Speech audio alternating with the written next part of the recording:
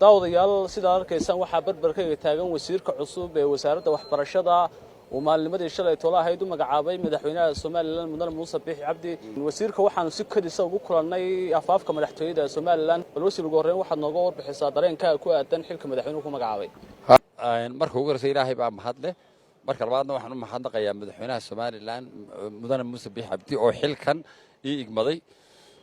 dadka reer Soomaaliland iyo gaar ahaan wasaaradda waxbarashadana waxaan leeyahay wada shaqayn fiican baa dhex mari doonta dadkana waxaan ka codsanayaa in xilka la igu duceeyo oo waan ku rajo weynahay inaan ka mar dhalin doono marka hadii aad baan ugu faraxsanahay xilka la ii igmaday ee la igu sharfay aad iyo aad baan ayaan ugu faraxsanahay waxaan rajaynayaa in aan markii hore wax wanaagsan baa jiray inaan aniguna halka ka sii anbaqaado bal xilka madaxweynuhu ku magacaabay aqoon teelaga leeday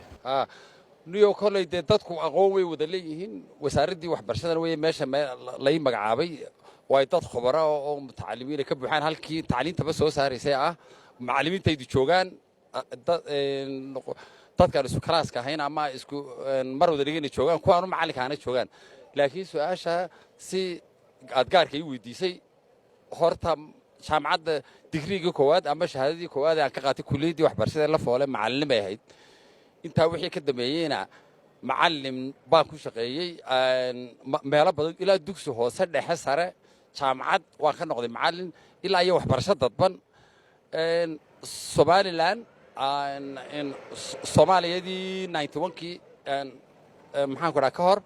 iyo Mareykan iyo xitaa Masar marka waxaan isleeyahay inta wasaaradda qorsheynta muddo 10 sano ka badan ma la shaqeynayay oo horumarka kala shaqeynayay intaana waxbarashadu qayb ka ahayd maanta madaxtooyada laga yeeray balaarinta ka hor madaxtooyo ma ahayd madaxtooyadu waa halkii dadka laga magacaabay marka ana soo booqday ee ciidamada yeedhin oo ana soo booqday oo imika markaynu kulanayna waan ka soo baxay